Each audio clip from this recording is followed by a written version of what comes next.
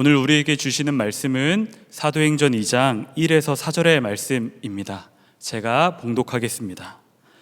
오순절 날이 이미 이름에 그들이 다 같이 한 곳에 모였더니 호련히 하늘로부터 급하고 강한 바람 같은 소리가 있어 그들이 앉은 온 집에 가득하며 마치 불의 혀처럼 갈라지는 것들이 그들에게 보여 각 사람 위에 하나씩 임하여 있더니 그들이 다 성령의 충만함을 받고 성령이 말하게 하심을 따라 다른 언어들로 말하기를 시작하니라. 할렐루야. 우리 금요 성령 집회로 모이셨는데 성령의 충만한 역사가 있을 줄로 믿습니다. 저를 한번 따라해 보시겠습니까? 성령이여, 성령이여, 새 일을 행하소서. 여러분 믿으시죠? 예배 때 드리는 찬양과 또 모든 순서, 기도의 순서들이 너무나 다 은혜가 되었고요. 또 이 시간 전하는 이 말씀을 통해서 전하는 자는 부족하지만 하나님의 말씀이 살아있고 또 분명한 사실은 성령님은 살아 역사하신 줄로 믿습니다. 그래서 오늘 이 시간에 성령께서 다스리시고 또 성령께서 역사하시면 우리의 생각도 바꾸시고 또 우리의 마음에 상한 모든 것들도 다 치유하시고, 그리고 성령께서 역사하시면 비전을 주시고, 또 성령께서 역사하시면 우리 기도하는 것 가운데 하나님께서 뜻대로 응답하여 주신 줄로 믿습니다. 너 내게 부르짖으라 내가 내게 응답하리라. 부르짖으면 응답하신다고 약속하셨는데 왜 부르짖게 하시느냐? 응답이 이미 준비되어 있기 때문에. 그래서 오늘 이 밤에 설교 잘하냐 못하냐 이거 다 떠나서 하여튼 성령께서 역사하셔서 우리의 심령에 만족함을 주시고, 또 여러분 어떤 기도 제목을 가지고 오셨든지 간에 다 성령의 은혜 가운데 응답, 그 축복을 받고 평안을 누리며 기쁨을 누리며 정말 하나님의 그 축복과 은혜를 누리며 여러분의 삶의 자리로 다 돌아갈 수 있기를 주의 이름으로 축원합니다. 저는 안양 평촌에 위치한 세종안교회에서 이제 사역을 하고 있습니다. 저는 교회 이름도 하나님의 부르심이 있다는 생각이 드는데, 그래서 저도 늘 우리 성도님들과 같이 기도하면서 우리 교회 이름이 세중앙이다 보니까 The New Center, 그러니까 하나님의 나라의 뉴센터로 쓰임받게 해달라고. 세상적으로는 중심 되는 건 큰 의미가 없잖아요. 세상은 다 지나가는 거잖아요. 근데 하나님이 기뻐하시는 것에 하여튼 거점되어서 그 중심 가운데 쓰임받기를 위해서 간절히 이렇게 기도합니다. 저는 선한목자교회, 너무나 귀한 교회, 또 너무나 귀한 목사님, 또 너무나 귀한 성도님들, 여러분 2023년까지 사시다가 이제 2024년을 여러분 새롭게 시작하게 되었는데, 이전에 여러분이 누리셨던 성령의 역사를 뛰어넘는 새로운 하나님의 역사가 여러분의 교회와 또 여러분 한 분 한 분의 삶 가운데 일어나기를 주의 이름으로 축복합니다. 우리나라는 1885년도에 아펜젤로 선교사님, 또 언더우드 선교사님, 우리 감리교 선교사님, 장로교 선교사님 이렇게 함께 부활절 아침에 복음을 들고 오셨는데, 여러분의 교회는 교단으로 보면 감리교지만 제가 섬기는 교회는 장로교인데, 감리교와 장로교회도 하나 되어 복음을 전하는 새로운 역사의 길을 가지를 소망합니다. 근데 우리나라가 1903년도에 원산에 부흥이 있었고 1907년도에 평양에서 부흥이 있었죠.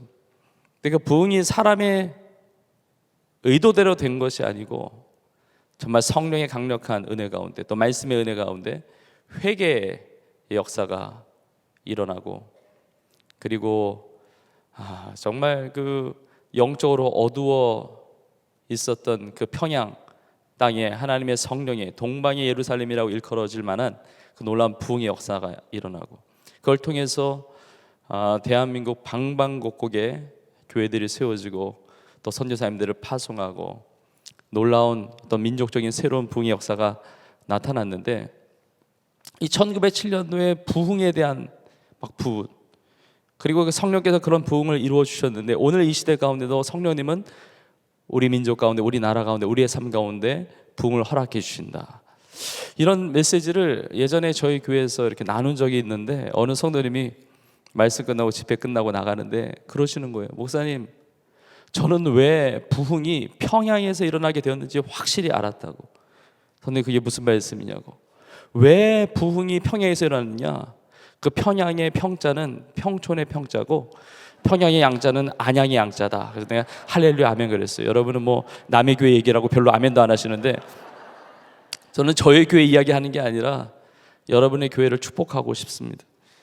내가 있는 그 자리가 부흥의 현장이라는 사실을 아셔야 됩니다. 다른 곳에서 부흥이 시작되는 게 아닙니다. 세상이 아무리 어둡고 위기 가운데 있다 할지라도 내 삶의 자리에서부터 성령의 충만한 역사 가운데 살아가게 되면 이미 나의 삶 속에서부터 부흥은 시작된 줄로 믿습니다.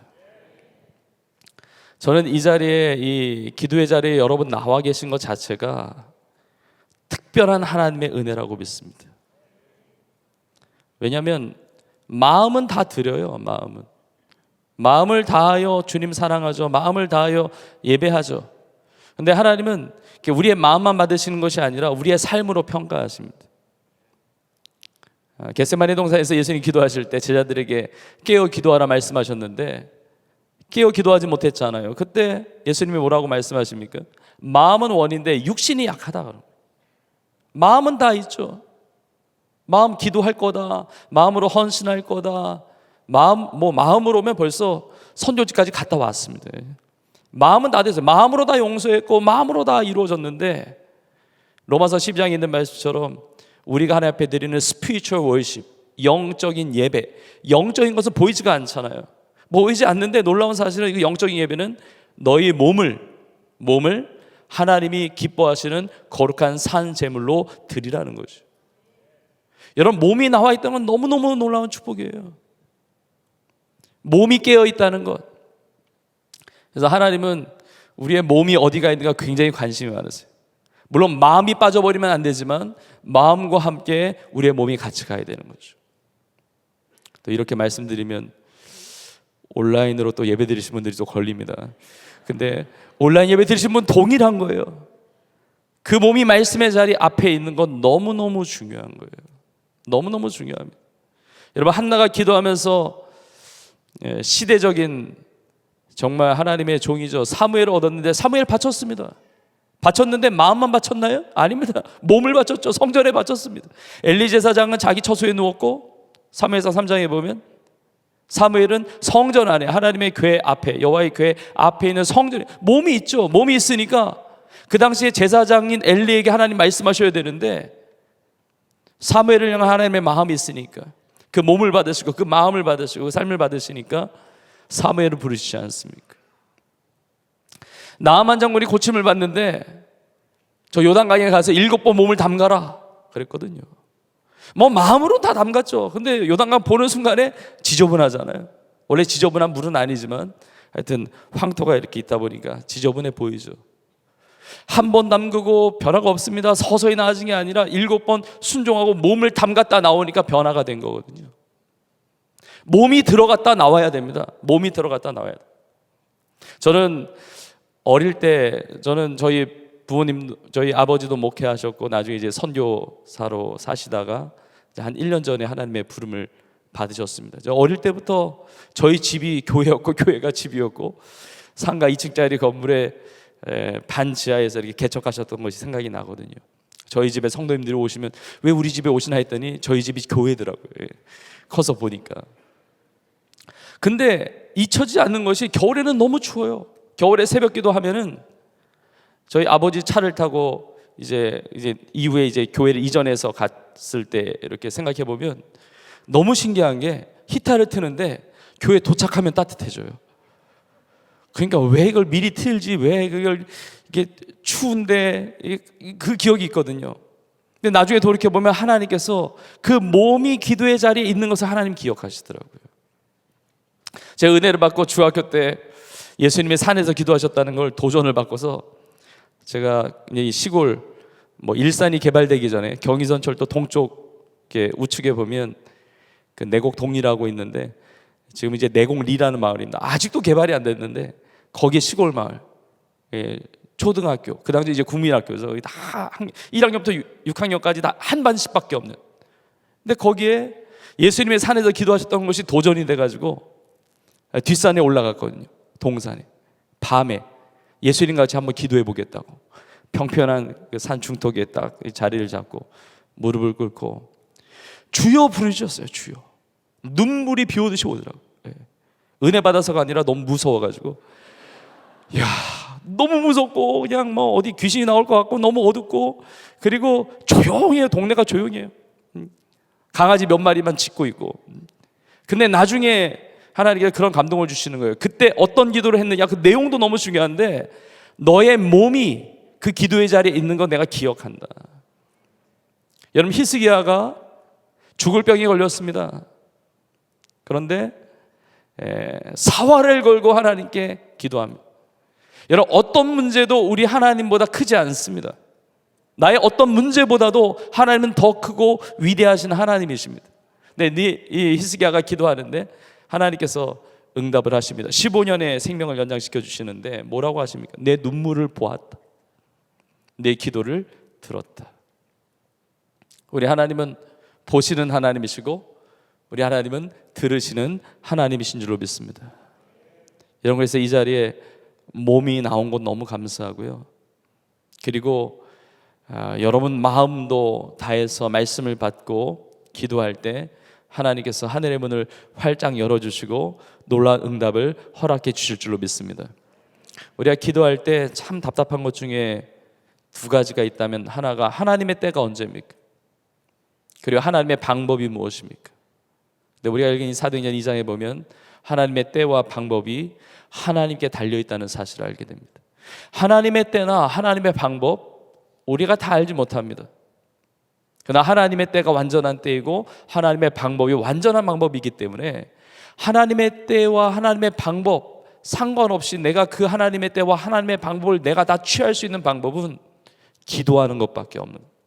기도로 깨어 있으면 하나님의 때가 오는 것이고 하나님의 방법이 내 삶에 임하게 되는 겁니다. 성령이 임했을 때 오순절 날이 이미 이름에 제 아들이 한 곳에 모였습니다. 근데 호련히 하늘로부터 급하고 강한 바람 같은 소리가 들리는 겁니다. 오순절 날이 이미 이름에 기도했던 제자들은 성령이 언제 임할지 몰랐습니다. 약속하신 성령을 기다리라, 깨어 기도하라, 이 말씀만 들었지 언제 오순절날 성령 임할 거니까 그때까지 깨어 기도해, 이런 말씀을 들은 게 아니거든요. 때는 언제인지 몰랐는데 하나님이 그 때를 카운트하고 계셨다는 것이죠. 우리의 입장에서 보면 갑자기예요. 기도하다가, 찬양하다가, 말씀 듣다가, 예배 드리다가, 뭐 수련회 동참했다가, 성도들과 교제하다가, 가정 예배 드리다가, 큐티하다가, 여러분이 신앙의 일기 쓰시다가, 언제인지 모르지만 하나님은 카운트하고 계시거든요. 여러분, 2023년이 지나가고 2024년이 지나가고 있는 것이지만 신앙적인 눈으로 보면 하나님의 때가 차가고 있는 겁니다. 예수님은 때가 참에 오신 거거든요. 그 암흑기 400년을 보내서 예수님이 언제 오실지 정확히 아는 사람 아무도 없었지만 때가 참에 처녀의 몸에서 성령으로 말미암아 예수님이 잉태하셨거든요. 여러분, 요셉이 형들에게 팔려가지고 참 고생을 합니다. 보디발 장군 집에서 그 모든 일들을 도맡아 했지만, 그러나 거기에 이제 유혹을 뿌리치고 나오는데 그것도 오해받아가지고 감옥에 들어가지 않습니까? 근데 감옥에 들어가는데 감옥에서 어느 정도 있을지를 모르는 겁니다. 근데 성경에 보면 이제 2해 후에요. 2년이 지난 다음에 바로 왕이 꿈을 꾸는 거죠. 꿈 얘기를 아주 단축하면 7년 풍년과 7년 흉년의 꿈을 꾸게 하세요. 애굽 땅에. 여러분, 하나님의 택한 나라 이스라엘도 하나님의 손에 있지만 이방 나라였던 애굽의 7년과 7년 14년의 청사진이 하나님께 있는 겁니다. 전 세계 열방에 지금 경영하시는 하나님께서 우리나라 대한민국, 지금 이스라엘과 하마스 전쟁, 러시아 우크라이나 전쟁, 뭐 미국과 중국과의 어떤 G2의 전쟁, 대립, 뭐 이런 대만의 어떤 문제, 여러 가지 상황들이 있지만 여러분, 이 세계 열방을 다스리시고 이 역사를 주관하신 분은 우리 하나님이신 줄 믿습니다. 근데 바로에게 꿈을 주시는 거예요. 앞으로 일어날 7년의 풍년과 7년 흉년의 것들. 근데 이 풍년이 시작할 때, 그때 2년이 차 왔을 때 요셉을 꺼내 오신 거죠. 하나님의 때가 차가는 겁니다. 술 맡은 관원장을 의지해서 곧 감옥에서 나갈 줄 알았는데 그 희망도 다 끊어진 거예요. 근데 하나님의 때가 있거든요. 두 해가 찬 다음에 하나님께서 애굽 나라에 7년과 7년 이 풍년이 시작하는 그 시점에 요셉을 감옥에서 꺼내주셔서 애굽의 총리로 세우시죠. 시대적인 하나님의 계획과 개인적인 부르심이 맞닿아 있는 겁니다. 우리가 오늘날 이 시대를 살아가고 있는 것은 이 시대를 향한 하나님의 계획과 맞닿아 있는 것이죠. 나를 향한 그 때가 이 시대적인 하나님의 부르심의 때와 맞닿아 있는 거예요. 이 때가 차오르는 겁니다. 예수님은 이 땅에 때가 참에 오셨고 30년 동안 준비하셨고 30살이 되셨을 때 공생애를 시작하셨고 3년 반이라는 하나님의 때를 보내셨고 그리고 하나님의 때에 6월절에 맞춰서 예루살렘에 입성하셨고 그리고 6월절 날에 모든 인류의 죄를 담당하는 하나님의 어린 양으로 십자가에 피 흘려 돌아가셨고 하나님의 때인 3일 만에 부활하셔서 바로 승천하신 게 아니라 40일 동안 사도행전 1장에 보면 40일 동안 제자들과 함께 하나님의 일을 나누시다가 그리고 승천하셨죠. 이게 하나님의 때예요. 6월절이 지나고 나서 50일이 지난 이후 오순절날 성령이 임한 겁니다. 예수님이 언제 오실 그 때와 시기는 아무도 알지 못하지만 하나님의 때에 그 아버지의 권한 하에 예수님은 다시 오시는 줄로 믿습니다. 여러분을 향한 하나님의 때, 여러분 응답도 하나님의 때가 있습니다. 가장 좋은 하나님의 때에 기도하면 그 기도를 하나님께서 받으셔서 하나님의 가장 정확한 때, 특별히 오늘 이 밤에 하나님께서 응답하기를 원하시는 그 하나님의 놀라운 뜻이 여러분 삶 가운데 이루어질 수 있기를 주의 이름으로 축복합니다. 그래서 기도하면 여러분 믿으세요. 기도는 하나님 앞에 응답됐다. 믿음은 바라는 것들의 실상이잖아요. 보지 못하는 것들의 증거잖아요. 그래서 기도를 하면 오늘 밤이 지나가면 자정이 지나가면 날짜가 바뀌죠. 날짜가 바뀌지만 해가 떠오르는 것은 아니잖아요. 여전히 어둡습니다. 그러나 시간이 지나면 날짜 바뀌었지만 새벽이 지나고 동이 터오는 거죠. 생명이 잉태되자마자 나오는 게 아니잖아요. 9개월, 10개월 있다가 그 다음에 출산하게 되지 않습니까? 여러분 기도하는 순간 그 기도를 하나님이 들으시고 응답이 잉태되는 겁니다. 그래서 누군가 그러더라고요. 그래서 기도는 응답된다고. 기도하면 하나님이 응 하신 거예요. 근데 답은 좀 늦게 올 수도 있어요. 응답 올 수도 있지만 쫙 갈 수 있어요. 몇 주, 몇 달 갈 수도 있어요. 근데 분명한 것은 응이 왔기 때문에 답이 오는 거거든요. 여러분 우리의 기도는 하나님께 상달이 됩니다. 여러분 기도는 상달이 됩니다. 기도는 하나님 받으십니다. 여러분 기도 한번 해봤다 이게 아니고 기도는 반드시 응답이 돼요. 요한계시록 8장에 보면 성도의 기도가 향연이 돼서 하나님 그 보좌 위에 이렇게 올라가잖아요. 금양로 이렇게 채워지잖아요. 그리고 7 나팔의 심판이 시작이 되는데 7 나팔의 심판, 이건 뭐 신학적으로 여러 가지 의견이 있으니까 중요한 것은 하나님의 역사하심의 챕터들이 넘어가는 거예요. 기도하면 내 삶의 새로운 장들이 열려요. 2024년 달력 한 장 넘겨서 바뀐 게 아니고 기도를 하면 내 삶의 새로운 장들이 열립니다. 여러분 기도하면 내 가정에 새로운 하나님의 장들이 열립니다. 여러분 기도하면 우리의 삶의 자리에 또 우리 온 교회 이 나라 민족에도 하나님께서 새로운 장들을 열어주신 줄로 믿습니다. 그러니까 때가 하나님께 달려있다는 겁니다. 여러분 이 사실을 확신하세요. 그리고 하나님의 방법, 성령이 강림할 때 바람과 같이 임했고 또 불의와 같이 갈라지는 것이 사람들에게 보이는 겁니다. 그리고 각 사람에게 임한 겁니다. 성령이 임한다는 사실을 한 번도 체험하지 못했던 제자들에게 있어서는 바람같이 불같이 임한다는 사실도 몰랐습니다. 근데 바람같이 불같이 임한 거죠. 바람이 아니고 불이 아니죠. 이 땅에 경험한 것이 아니니까. 그러니까 비유할 것이 없으니까 바람같이, 바람은 아니지만 바람같이, 불은 아니지만 불같이 임한 거죠. 성령의 체험과 성령의 은사는 다 다양할 수 있습니다.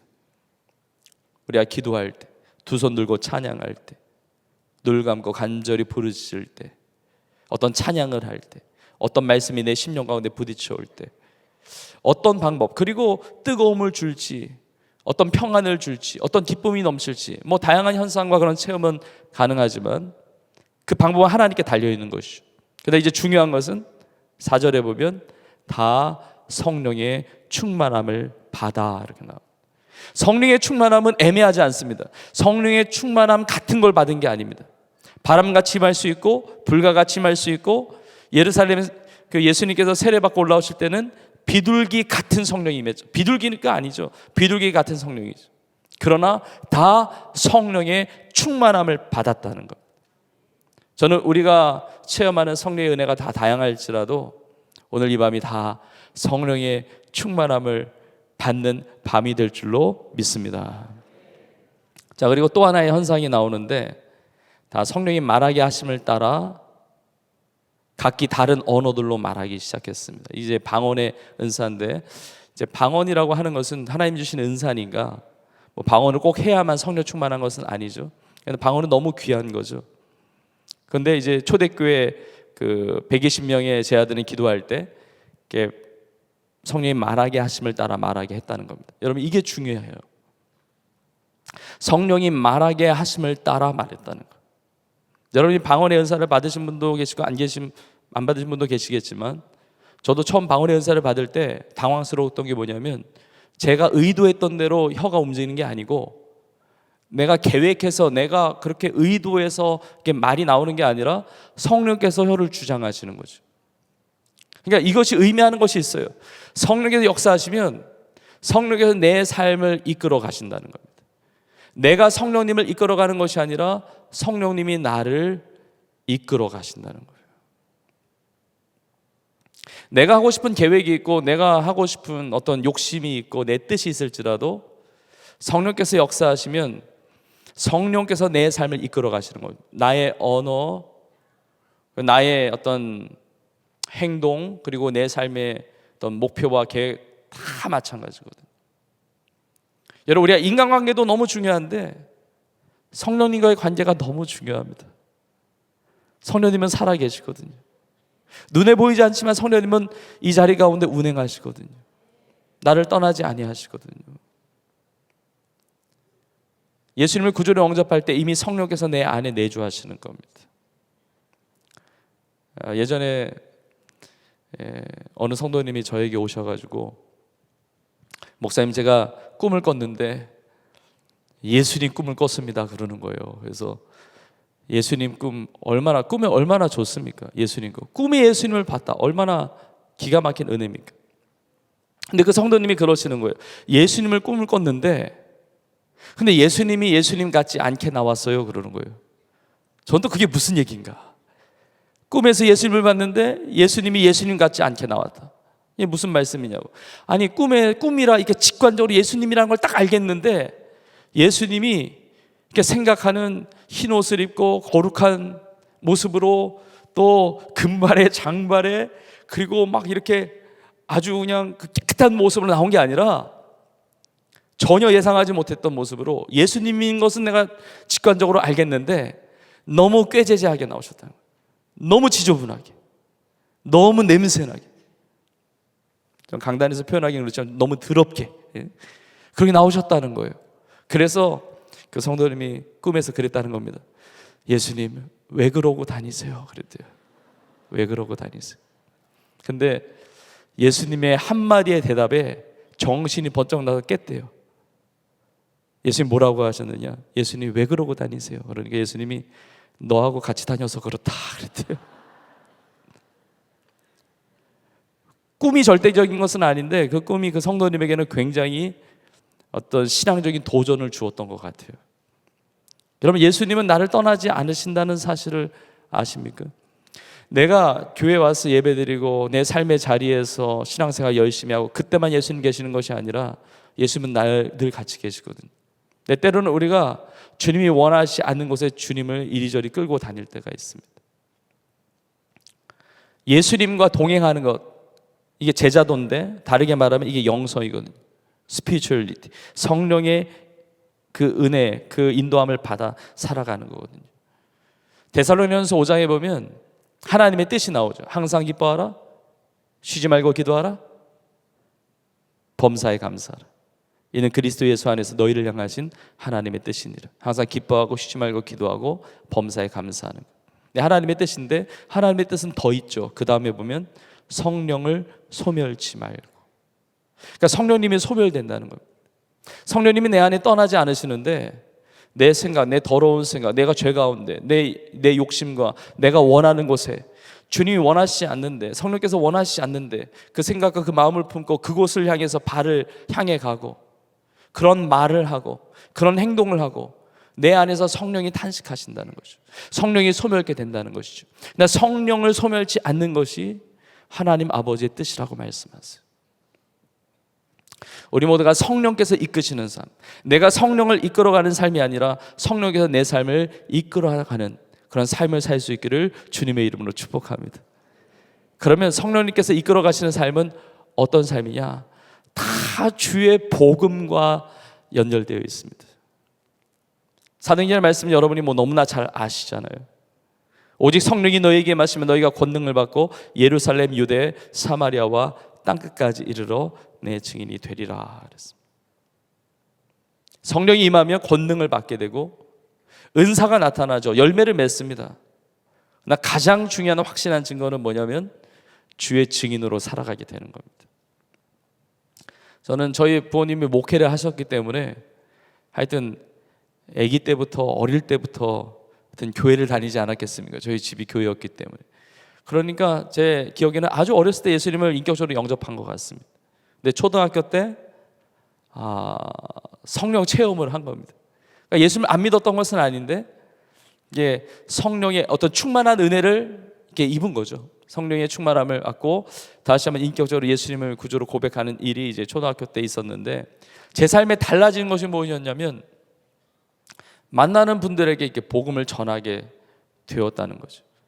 저는 제 삶이 주의 복음을 위해서 살아야 되는구나 라는 것을 선생님을 통해서 가르침을 받은 것도 있지만 이제 그런 지식적인 차원이 아니라 그냥 성령께서 임하시면 그냥 알아버리는 것 같아요. 내 삶이 그냥 정렬되는 것 같아요. 물론 인격적으로나 삶으로나 성장 과정에 있으니까 연약함이 많은데 내 삶을 향한 부르심, 그 컬링이 분명해지는 것 같아요. 모든 사람이 다 목회자가 되고 신학을 해야 되고 목사 돼야 되고 해외로 다 파송받아야 되는 그런 선교사로, 어떤 해외 파송 타문화권 선교사로 살아가야 되는 것은 아니지만 성령께서 역사하니까 저에게 있어서는 이게 부르심이 분명하게 보인 겁니다. 이 땅의 삶은 지나가는 거구나. 하나님의 나라가 영원한 것이구나. 하나님의 나라, 그 영원한 하나님의 나라를 위해서 이 땅의 삶이 들어질 수 있다면, 영원한 하나님의 나라가 가장 아름답고 가장 영광스럽고 가장 가치 있는 삶을 위해서 이 땅에서 어떻게 살아야 할까? 이것이 정리가 된 것 같아요. 조금 부작용도 있긴 했던 것 같아요. 내가 공부할 필요가 뭐가 있나, 그런 생각부터.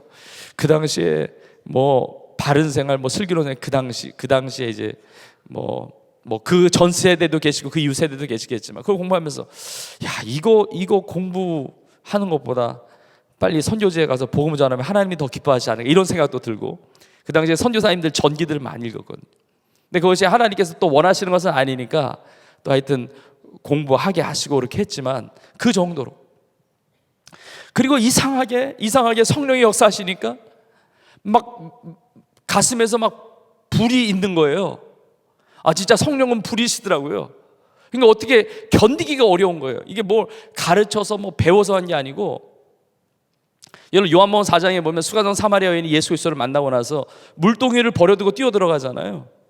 전도 교육 받은 게 아니잖아요. 전도 훈련이 필요 없다는 게 아니라 이게 다 도움이 되지만 예수님 만나니까 그 안에 영과 진리의 예배가 살아나니까 치유가 일어나면서 대인 기피증, 뭐 수치감, 뭐 상처 다 치유되면서 동네에 뛰어들어가서 내가 만난 예수 만나보라고 예수를 증거하지 않습니까? 이 예수 그리스도의 역사, 이 복음의 역사고 성령의 역사거든요. 그러니까 제가 어릴 때 생각하면 이거는 그냥 뭐 배워서 이게 아니고 진짜 성령님은 살아계시니까 아마 복음을 전하게 되는 거예요. 한 번은 선생님이 이제 내일 이제 한 명씩 돌아가면서 5분씩 자기 소개한다고, 아마 학년이 올라가면서 아마 자기 소개 시간을 주셨던 것으로 기억이 나요. 그 시가 정확히 기억나진 않지만, 근데 5분 자기 소개 시간을 받고 숙제를 받고 이제 집에 왔는데 가슴이 너무 떨리는 거예요. 왜냐하면 선생님과 아이들 앞에서 나를 소개하는 것, 앞에서 얘기한다는 게 얼마나 또 떨리겠습니까? 근데 그것도 있지만 갑자기 이상한 생각이 드는 거예요. 선생님이 나한테 숙제를 주신 게 아니라 하나님이 선생님을 통해서 나에게 기회를 주셨다고 생각이 드는 거예요. 5분 자기소개 시간에 복음을 전하지 않으면 화를 당할 것 같은 생각이 드는 거예요. 그래서 제가 스스로 이거 미쳤다 왜 그런 생각이 드는데 이게 떨칠 수가 없는 거예요. 근데 이걸 복음을 안 전하면 막 미칠 것 같은 거죠. 근데 하여튼 그 마음이 어떻게 떨칠 수가 없으니까 창피당하는 건 둘째치고 이걸 안 전하면 죽을 것 같으니까 일단 죽는 것보다 창피당하는 게 좀 나니까 하여튼 복음을 전했던 기억이 있어요. 뭐라고 전했는지 잘 기억은 안 나요. 뭐 초딩 여러분 그랬는지 뭐 선생님 친구 여러분 뭐 그렇게 했는지 모르지만 하여튼 기억이 있어요. 그러니까 그만큼 친구들 전도하고 선생님도 전도했던 기억이 있습니다. 어느 날 이제 학부모 면담 그런 시간들이 있잖아요. 저희 어머니가 선생님 만나고 오시더니 저한테 그러더라고요. 야, 선생님이 그러는데 너는 학교에 공부하러 오는 게 아니라 전도하러 온다고 그러더라. 근데 동네를 다니면서 제가 내곡 1이라고 하는 마을에서 살았는데 산 하나 넘어가면 내곡 1이거든요. 그리고 넘어가면 대장리가 있습니다. 대장 1, 2, 대장 1, 이게 다 시골입니다. 시골인데 막 주일날만 되면 저는 교역자도 아닌데 자전거를 타고 축구전도를 하는 거예요. 마을을 다니면서 문을 두드려요. 그리고 할아버지 만나고 할머니 만나면 그냥 전도하는 거예요. 할아버지 예수님 믿으시냐고. 안 믿는다고. 그러다가 죽으시면 지옥 가신다고. 예수님 믿어야지. 남은 인생도 별로 안 남았는데 뭐 이런 얘기는 안 했지만 어쨌든 예수님 믿어야 천국 가시고, 근데 그거를 그냥 한 게 아니라 성령의 불이 있으니까 안 나눌 수가 없는 거예요. 왜냐하면 천국과 지옥이 너무 생생하게 보이니까 세상에 아무리 뭐 오랜 세월을 살았든 아무리 성공했든 아무리 대단하든 아니 예수님 안 믿으면 지옥 가는 거 아닙니까? 예수 이름으로 천국 가고 예수 이름으로 하나님 나라에 들어가는데, 그러니까 성령께서 막 역사하시니까 막 그렇게 전도하게 되더라고요. 한 번은 어느 아주머니한테 이제 교회 다니시냐고. 안 다닌다고 그러더라고요. 아, 교회 다니시라고. 예수님 믿으시라고. 예수님 믿으면 천국 간다고. 예수님 꼭 믿으시라고. 천국 가셔야 된다고. 지옥 가면 안 된다고. 이렇게 했더니 끝까지 안 나간다고 그러는 거예요. 좀 애가 그러면 귀여워서라도 아예 나갈게 이렇게 빈말이라도 할 수가 있는데 이분은 끝까지 얘기를 안 하는 거예요. 안 나가 그러는 거예요. 어떻게 합니까? 저도 끝까지 쫓아갔죠. 하면서 예수님 교회 다니시라고 그랬는데 거의 집에 가까이 오셨나 봐요. 그분이 그런 거야. 알았어, 이제 갈게, 나갈게, 알았어, 가. 나중에 보니까 저희 동네 무당이시더라고. 근데 무당한테도 어린아이였지만 이렇게 전한 거예요. 그때 전했던 친구들이 많습니다. 친구들 뭐 오랜 시간이 지났지만 어떻게 지내는지 다 궁금해요. 근데 제가 그때 공을 들였던 한 친구가 있습니다. 근데 제가 그 친구를 얼마나 전도를 많이 했냐면, 이게 전화기가 그 당시 이게 제가 어릴 때는 이제 돌리는 전화기였거든요. 근데 그 당시에 저희 집 전화번호를 제가 기억을 못해요. 근데 그 친구 전화번호를 전화 신청을 하도 해가지고 전화번호가 아직도 기억이 나요. 62국에 5674. 걸지는 마세요. 제가 일부러 이름을 얘기 안 했어요. 근데 제가 그랬어요.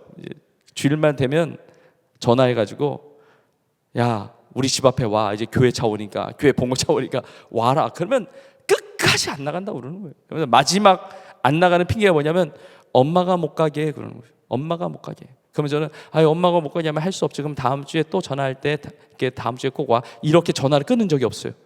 엄마가 못 가게 엄마 좀 바꿔줘 볼래? 바꿔주면 아줌마, 얘가 아줌마 때문에 교회 못 간다고. 나 그런 얘기 한 적 없는데 다시 바꿔주세요. 너 빨리 와. 그래서 복음을 전하고. 근데 돌이켜보면 성령의 역사였다는 거죠. 이렇게 성장해 가면서 부족함도 많고, 제가 3남매 중에 장남인데 제가 동생들을 힘들게 했던 것도 있고 부모님 말썽 피웠던 것도 있고 다 있지만 거부할 수 없었던 건 뭐냐면 저를 향한 부르심, 그래 성령의 감동을 해서 영혼을 향한 그런 복음에 대한 그 비전과 그 열정. 제가 입시를 준비하는데, 입시를 놓고 기도하는데, 대학을 놓고 기도하는데 갑자기 철야 시간입니다. 철야기도 하는데, 개인기도 시간을 기도하는데 갑자기 하나님 좋은 대학, 목표하는 대학 들어가게 하세요. 기도를 하는데 갑자기 기도를 바꾸시더라고요.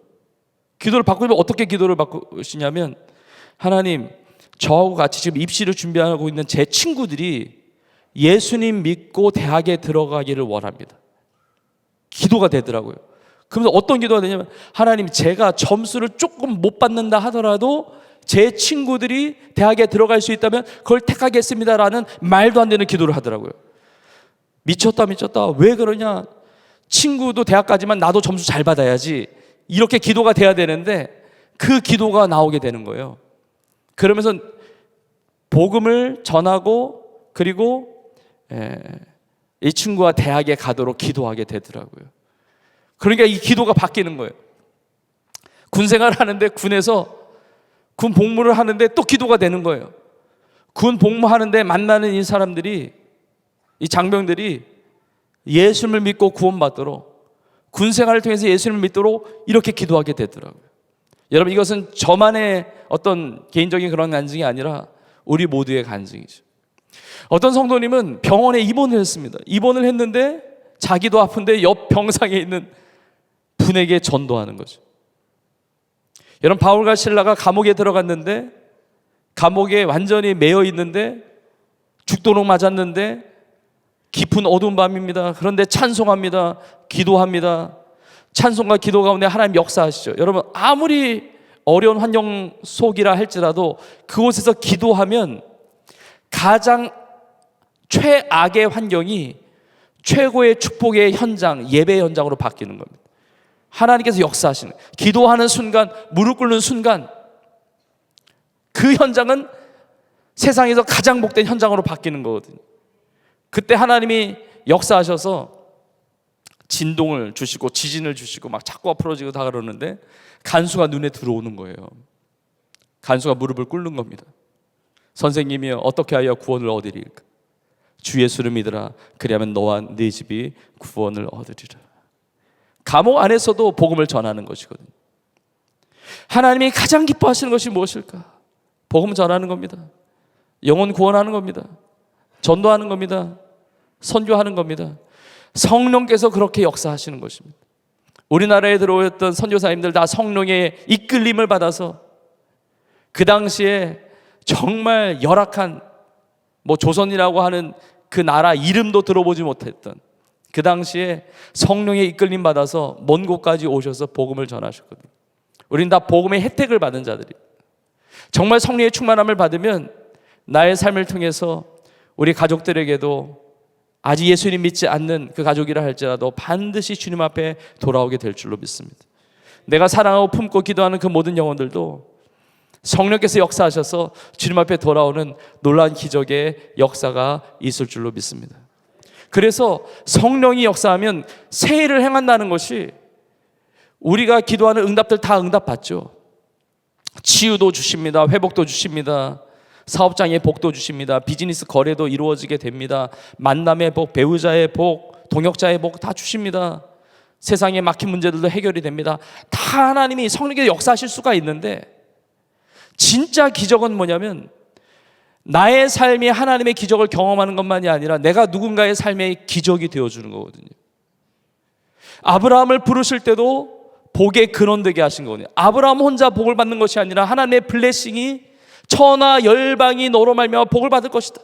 너의 이름 바꾼다. 아브라함에서 아브라함으로 열국의 아비로 바꾼다. 예수님께서 이 땅에 오신 것도 하늘에 썩어지는 밀알과 같이 우리를 구원하기 위하여, 인류를 구원하기 위하여. 나의 삶은 무엇이냐? 내 삶, 행복하고 기쁘고 감사하고 뭐 누리고 축복받고 이것만이 아니라 이것이 흘러가는데 성령께서 그렇게 하신다는 것입니다. 예루살렘과 유대와 사마리아와 땅끝까지 늘 복음에 대한 생각, 이건 사단이 줄 수가 없는 생각입니다. 인간적으로 생각할 수 없는 것이거든요. 인간적인 생각은 눈에 보이는 세상 나라밖에 없어요. 눈에 보이는. 근데 세상 나라가 아니라 하나님의 나라, 그 영원하신 하나님의 나라, 그 하나님의 나라를 꿈꾸고 그 하나님의 비전을 보고, 이게 성령께서 하시는 일이에요. 성령이 임했을 때 베드로가 설교를 하는데 요에서의 말씀을 인용하며 설교합니다. 너희 자녀들은 예언할 것이요 너희 젊은이들은 환상을 보고 너희 늙은이들은 꿈을 꾸리라 그랬습니다. 자녀들이 예언을 해요. 젊은이들은 환상을 봅니다. 너희 늙은이들은 꿈을 꿉니다. 예언과 환상과 꿈, 보지 못했던 거 보는 겁니다. 미래에 대한 부분을 땡겨보는 것이거든요. 한마디로 말하면 비전이거든요. 성령이 임하면 하나님이 바라보시는 시각을 갖게 되고 하나님이 보여주시는 것을 보게 하시는 것이거든요. 그 한 영혼 한 영혼이 눈에 들어오는 거예요. 겉모습이 아니라 성령께서 그 영혼 심령을 보게 하시는 것입니다. 다 좋아 보이지만 예수님을 안 믿는 인생은 그냥 마른 뼈와 같은 인생이거든요. 성령이 임할 때 바람과 같이 임했습니다. 바람과 같이. 에스겔서 37장에 보면 하나님께서 에스겔을 마른 뼈가 가득한 골짜기로 가게 하셔서 이 뼈들이 능히 살 수 있겠느냐 물으시거든요. 이 뼈들이 능히 살 수 있겠느냐? 우리 하나님의 질문에는 하나님의 관심이 있는데 하나님의 관심은 뭐냐면 생명에 대한 관심이 있는 거예요. 생명, 살릴 수 있느냐? 살아나겠느냐? 이걸 끊임없이 묻는 겁니다. 우리가 뉴스를 볼 때마다 이런 뉴스가 있네, 저런 뉴스가 있네, 이게 아니고 살 수 있겠느냐 계속 물으시는 거예요. 로마서 8장에도 있지만 성령의 생각은 생명이거든요. 한 영혼 한 영혼을 바라보면 뭐 대단하게 잘 삽니다, 뭐 대단하게 뭐 건강하고 대단한 어떤 이력을 쌓고 대단하게 성공한 사람처럼 보이지만 예수 그리스도가 없으면 죽어있는 영혼이거든요. 마른 뼈거든요. 그걸 보느냐는 것이죠. 이 영혼이 능히 살 수 있겠느냐? 주께서 하시나이다. 너무 지혜로운 대답이에요. 난 몰라요 하나님, 그거죠. 어떤 역사가 있다고 한다면 주님의 역사입니다 고백하는 거잖아요. 그리고 하나님이 대언하게 하시죠. 하나님이 말씀하실 수도 있는데, 직접 말씀하실 수도 있는데 하나님은 하나님의 사람들을 통해서 일하신다는 겁니다. 대언하라는 겁니다. 내 말을 그대로 외치라는 것이죠. 마른 뼈들아 여호와의 말씀을 들을지어다 외치는 겁니다. 그때 막 마른 뼈들이 죽어있는 뼈도 하나님의 말씀을 듣는다니까요. 하나님의 말씀은 정말 능력입니다. 하나님의 말씀은 생명이에요.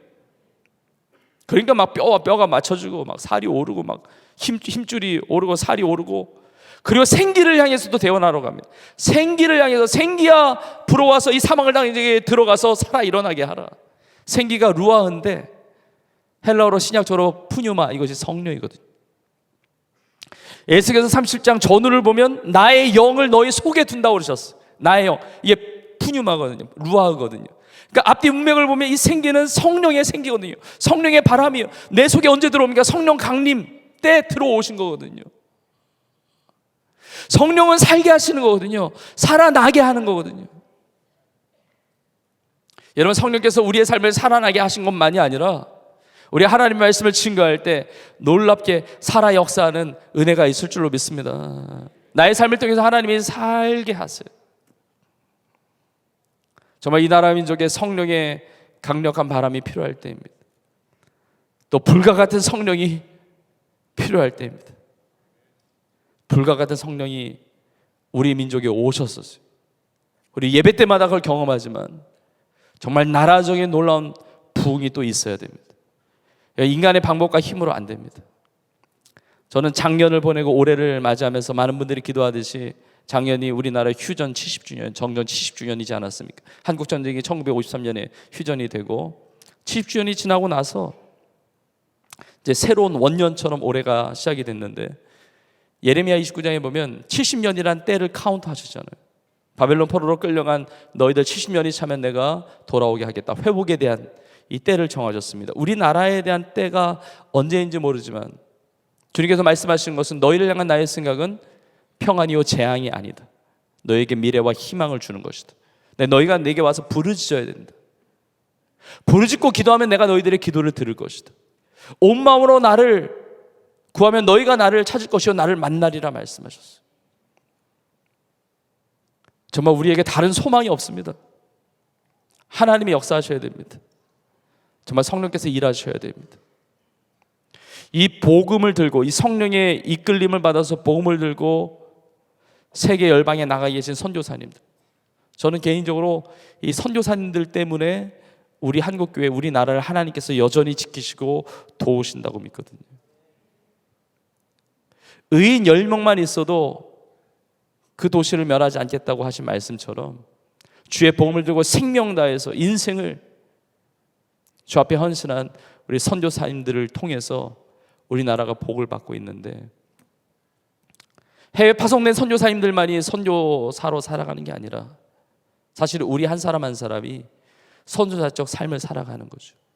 왜냐하면 예수님이 미션을 가지고 온 미셔너리로 오셨는데, 하늘 보자 버리시고 이 땅에 오셨는데, 미셔너리로 오셨는데, 예수님을 따르는 제자 중에 선교사가 아닌 사람이 있습니까? 물론 공식적인 선교사님들이 계시죠. 파송된 선교사님들, 교단과 교회와 또 선교단체 파송된 많은 선교사님들이 계시지만, 우리의 부르심, 성령이 임해서 증인되어 가고, 예수님이 승천하시기 전에 마지막 하신 말씀, 너희는 가서 모든 민족 제자 삼아라. 너희는 온 천하에 다니며 만민에게 복음을 전파하라. 이 복음이 땅까지 전파되면 그제야 끝이 오리라. 이 말씀에서 벗어나는 성도가 있습니까? 주님 나라 들어갈 때 줄이 따로 있습니까? 목사님 줄, 전도사님 줄, 뭐 선교사님 줄, 뭐 집사님 줄, 장로님 줄 따로 있습니까? 아니거든요. 우리 모두가 다 부르심을 받은 하나님의 미션을 가진 미셔너리로 살아가고 있는 것이거든요. 저는 우리 모두에게 정말 성령의 충만한 은혜가 있어서 내 삶을 이끌어 가시는 그 성령님을 체험하고 내 주위, 내 가까운 곳, 그리고 예루살렘과 유대와 사마리아와 땅끝까지 주의 복음을 아름답게 증거하는 놀라운 역사가 있을 줄로 믿습니다. 먼저 하나님의 나라와 의를 구하면 이 모든 것을 너에게 더하시리라 말씀하셨습니다. 저는 우리나라가 복음으로 하나 될 것을 믿습니다. 그리고 북한 땅에 우리 산업목사교회가 북한의 또 복음적인 통일을 위하여, 또 선교를 위하여 많이 기도하신 것을 알고 있습니다. 저는 북한의 순교의 피가 흘려지고 또 수많은 기도가 심어진 그 땅에 하나님께서 정말 빠르게 열어주실 것을 기대합니다. 여러분, 우리는 영광스러운 세대가 될 겁니다. 분단의 세대를 보내고 있지만 여러분들은 분단의 세대와 통일의 세대를 함께 경험하는 영광스러운 세대가 될 겁니다. 우리의 다음 세대, 이후 세대는 통일의 세대만을 살아갈 수 있어요. 그러나 우리는 분단의 세대를 살아가지만 믿음으로 바라보고 기도할 때 통일의 세대를 함께 살아가는 겁니다. 하나 되게 하는 것은 복음이거든요.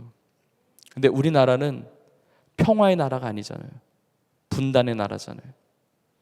이스라엘과 팔레스타인, 그 하마스와의 전쟁, 여러분 이것도 사실은 아픔이죠. 갈등이죠. 전쟁의 아픔이죠. 예수 그리스도로 말미암아, 십자가로 말미암아 하나님과 화목을 이루고 구원의 길이 열린 우리의 삶, 복음으로만이 하나가 될 수가 있는데, 전 세계 열방, 여러분 하나님이 이미 끝은 정해져 있습니다. 복음이 땅까지 전파되게 될 것입니다. 그리고 예수님은 다시 오실 것입니다. 복음이 땅까지 전파되면 그 복음이 땅까지 전파되는 데에 쓰임받는 나라가 있습니다. 그 쓰임받는 나라가 우리나라 사람들이 말하는 게 아니라 세계 열방에 너무나 많은 영적인 귀한 리더십들과 많은 성도들이 기도하면서 코리아라고 이야기를 합니다. 하나님께서 우리나라를 마지막 시대의 복음을, 마지막 선교 시대를 마무리 짓는 위대한 나라로 사용하시는데, 우리나라를 사용하신다는 것은 우리나라에 있는 교회를 사용하신다는 겁니다. 하나님께서 선한목자교회를 그렇게 사용하여 주실 줄로 믿습니다. 세종한교회 사용하여 주실 줄로 믿습니다. 우리 한국교회 사용하여 주실 줄로 믿습니다. 그리고 평화의 복음의 역사가 이루어질 때 전 세계 열방의 땅끝까지 복음이 전파되는 걸 엄청나게 가속화될 겁니다. 지금 우리는 전 세계에 복음을 전해도 복음이 화평의 복음, 평화의 복음인데 분단의 문제가 계속 뒷다리를 잡고 있는 거예요. 근데 하나님의 통일의 문을 여시면서 복음적인 통일을 주시면 이게 성령께서 역사하시는 거죠. 스가랴 4장 6절에 있는 말씀처럼 이제 힘으로 안 되고 능으로 안 되고 오직 나의 영으로 되느니라 그랬거든요. 출 바벨론의 역사도 나의 영으로, 이게 스룹바벨에게 하신 말씀이거든요. 바벨론 포로 기간에 70년이 차고 그 놀라운 회복을 역사하신 하나님께서 스룹바벨에게 하신 말씀, 그 힘과 능으로 되는 거 아니다. 나의 영으로 성리 역사로 되는 건데, 하나님께서 통일의 문을 여시고, 그리고 전 세계 열방, 여러분 정말 마지막 때가 가까웠습니다. 주님 다시 오실 날이 너무나 많이 가까웠습니다. 깨어 있어야 됩니다. 지금 자다가 깰 때가 됐습니다. 여러분 역사 가운데 그걸 얘기 안 한 적이 없지만 특별히 오늘 이 시대가 그래요. 인류 역사상 오늘이 주님 오실 날이 가장 가까운 날이잖아요. 정말 깨어 있어요. 정신 차려야 돼요. 주님 불시에 오셨다가 연습 삼아 오실 수 없거든요. 너 뭐 하다 왔니? 그러면 남겨놔야 돼요. 나에게 주신 달란트 묻어두면 안 됩니다. 드려야 돼요. 젊음을 드리든 물질을 드리든 시간을 드리든 내 삶을 드려야 되거든요. 직장 생활을 하든 사업을 하든 공부를 하든 뭘 하든지 간에 하나님의 나라와 관계돼서 해야 된다는 것이죠. 성령 안에 깨어 있어야 된다. 성령 안에 그냥 남기는 인생이 되어야 주님 앞에 착하고 충성된 종으로 칭찬받게 된다는 것이죠. 제가 마지막 이 말씀을 하고 마무리하겠습니다. 제가 중학교 때 이렇게 지도하던 이제 교육부 전도사님이 계셨어요. 지금은 이제 또 연세도 드시고 중국에 선교사로 오래전에 가셨는데, 그 전도사님이 그러는 거예요. 중등부 아이들 모아놓고, 저도 그때 중학생 때 전도사님의 첫 번째 기도 제목이 있는데 너희들이 기도해 줬으면 좋겠다. 전도사님의 첫 번째 기도 제목은 뭐냐면 예수님이 다시 오실 텐데, 전도사님이 신앙이 너희들 알다시피 이렇게 굴곡이 있잖아. 좋을 때도 있고 안 좋을 때도 있고. 굴곡이 있는데 내가 신앙이 가장 좋을 때 주님 오시는 게, 내가 신앙 가장 좋을 때 주님 맞이하는 게 전도사님의 기도 제목이야. 너희들 같이 기도해 줬으면 좋겠어. 저는 그 기도 제목이 진짜 좋은 기도 제목인 줄 알고 기도해 드렸잖아요. 하나님, 우리 전도사님이 신앙이 가장 좋으실 때 오셔야 됩니다. 막 기도하다가 보니까 그게 바른 기도가 아닌 거예요. 그래서 제가 기도를 바꿨죠. 하나님, 우리 전도사님이 신앙 가장 좋으실 때 주님 오시면 안 되고 제가 가장 좋을 때 주님 오셔야 됩니다. 바꿨거든요. 근데 신앙생활 하다 보니까 이게 바른 기도가 아니더라고요. 이게. 왜냐면 우리가 다 그렇게 기도하면요, 예수님 오실래도 못 오셔요.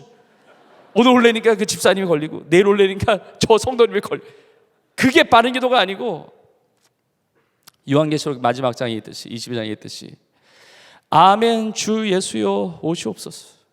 내가 신앙이 가장 좋을 때 주님 오셔야 됩니다가 아니라 주님 언제 오시든지 나는 항상 준비되어 있게 하여 주옵소서. 항상 깨어 있게 하여 주시옵소서. 미루지 말게 하옵소서. 지금도 깨어 있게 하옵소서. 지금 하나님 앞에 부름 받는다 할지라도 깨어있는 성령의 사람으로 성령의 이끌림을 받고 주의 복음을 위해서 쓰임받는 나의 삶이 되게 하여 주시옵소서. 여러분, 그런 교회요, 그런 성도로 아름답게 쓰임받을 수 있기를 주님의 이름으로 축원합니다. 오늘 주신 말씀을 믿음으로 받으면서 함께 찬양으로 고백하고 함께 기도하는 시간을 갖겠습니다. 여러분 다 아시는 찬양인데, 오소서 진리의 성령님이 찬양입니다. 여러분, 성령님의 역사를 체험할 수 있는 비결은 물론 주권적으로 성령의 역사를 이루시지만 분명한 것은 사모할 때 성령께서 역사하십니다. 구하라, 찾으라, 두드리라. 구하라 주실 것이요, 찾으라 찾을 것이요, 문을 두드리라 열릴 것이라. 내가 너에게 가장 좋은 것 성령을 선물로 주지 않겠느냐. 성령 안에 모든 것이 다 들어있습니다. 성령을 얻었다는 것은 그 안에 나의 삶의 모든 응답이 다 들어있는 거거든요. 주님이 성령께서 역사하셔서 내 삶의 새로운 다시 살게 하는 부흥의 은혜가 있게 하시고, 또 나의 삶을 통해서 이 땅에, 이 시대 가운데 하나님의 부흥의 놀라운 역사가 이루어지게 하여 주시옵소서. 이 간절한 사모함을 가지고, 믿음 가지고 우리 성령님 의지하면서 함께 고백하며 찬양하겠습니다.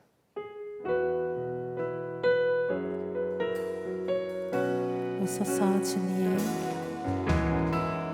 오소서 진리의 성령님, 이 땅 흔들며 임하소서. 거짓과 탐욕 죄악에 무너진 우리 가슴 정케 하소서. 오소서 은혜의 오소서 은혜의 성령님, 하늘 가르고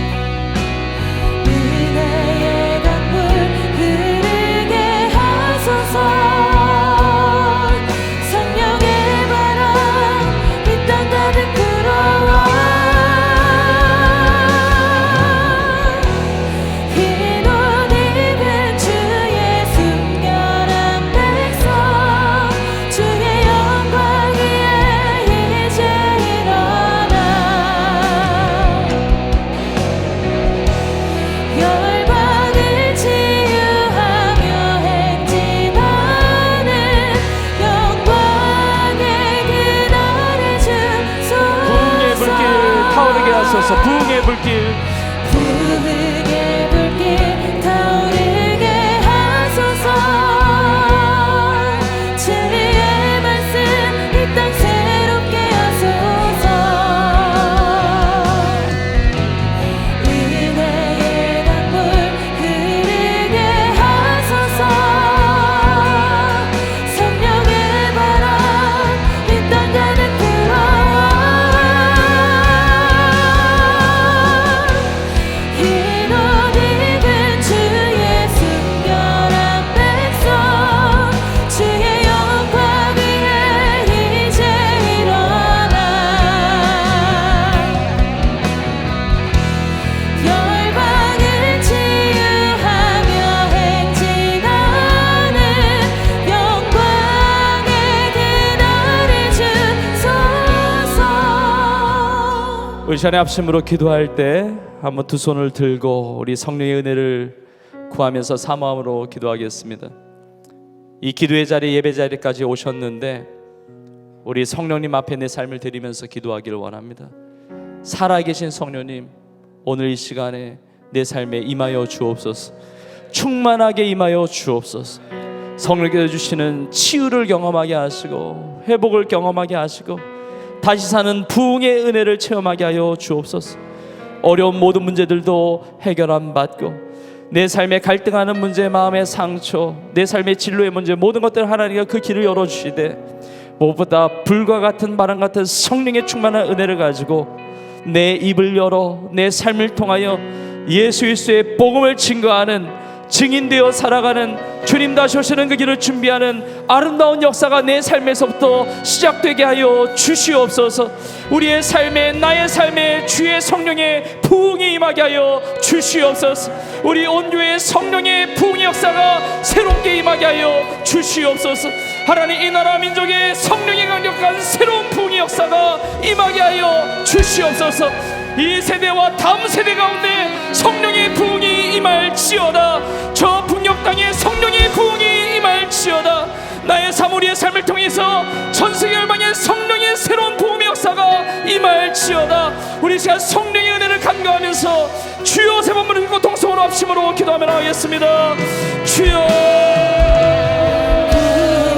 주여, 타오르게 하소서. 진리의 말씀 이 땅 새롭게 하소서. 성령이여, 성령이여, 세례를 강물 흐르게 하소서.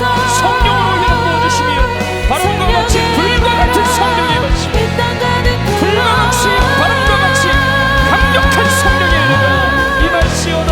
오 주 역사하시고 계십니다. 성령의 치유, 성령의 회복과 성령의 부흥과 성령의 세임이 임하게 하여 주옵소서.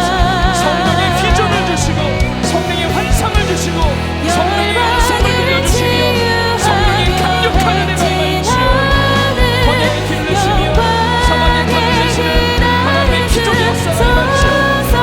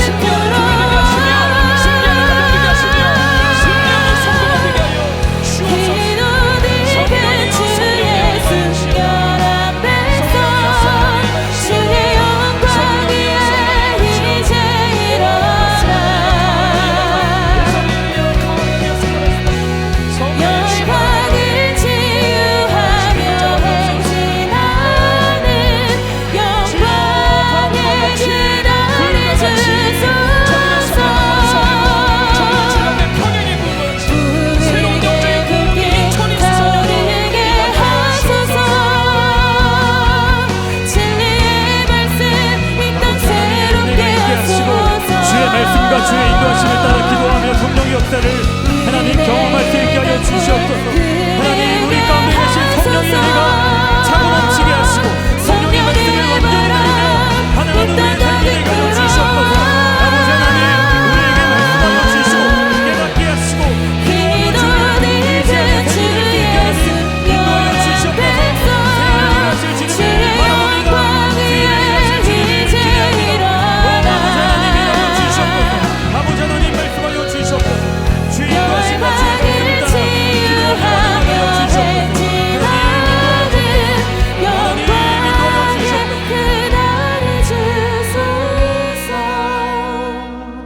시간 이어서 기도하기를 원합니다.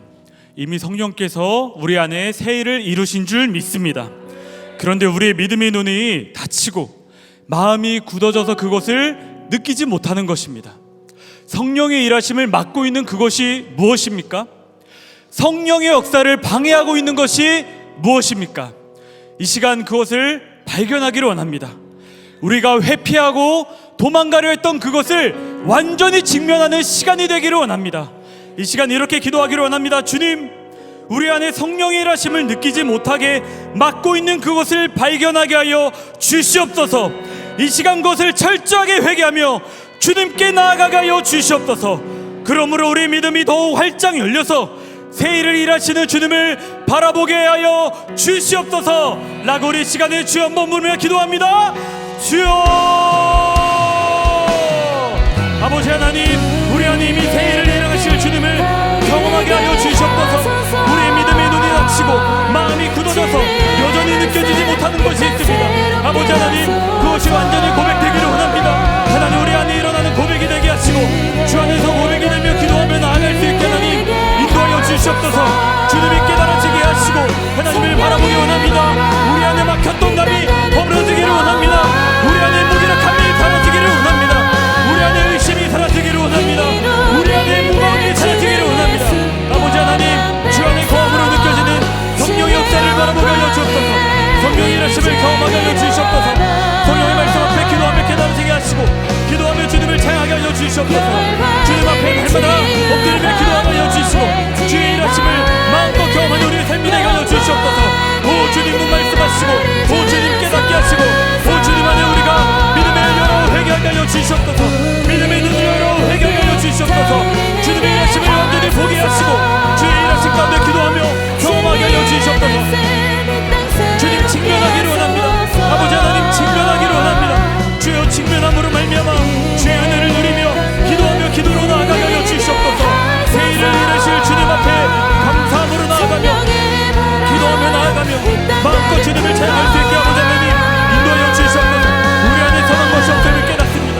우리 안에 선한 것이 없음을 깨닫습니다. 그러나 주 안에 힘을 입고 나아가오니 하나님, 우리 믿음의 눈을 열어주시고 기도할 때마다 주님을 체험할 수 있게 하여 주시옵소서. 기도할 때마다 주님을 경험할 수 있게 하여 주시옵소서. 아버지 하나님, 말씀하시고 우리에게 기도할 수 있게 하여 주시고 철저하게 주님께 회개하며 나아갈 수 있게 하나님 인도하여 주시옵소서.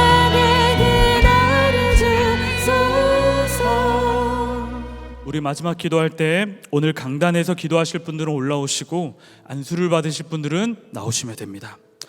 우리는 실은 누군가를 살릴 수 없는 존재입니다. 우리의 말에는 힘도 없습니다. 그러나 그 안에 성령이 임하시니 우리는 누군가를 살릴 수 있습니다. 이 믿음을 취하시기를 바랍니다. 특별히 깨어진 가정이 계십니까? 기도가 끝나고 집에 돌아갈 때 여전히 생기가 없고 마른 뼈와 같은 가정이 계십니까? 주님을 의지하며 주님, 저를 통해 만나주신 하나님의 그 사랑이 우리 가정을 살려 주시옵소서. 무너진 가정을 살려 주시고 생기가 넘쳐나는 가정으로 인도하여 주시옵소서. 뿐만 아니라 우리의 공동체, 우리의 무너진 나라, 저 북한 땅 곳곳에 하나님이 살리는 역사가 우리를 통해 일어나게 하여 주시옵소서 라고 이 시간에 주여 한번 부르며 우리 마지막으로 기도하겠습니다. 주여, 아버지 하나님,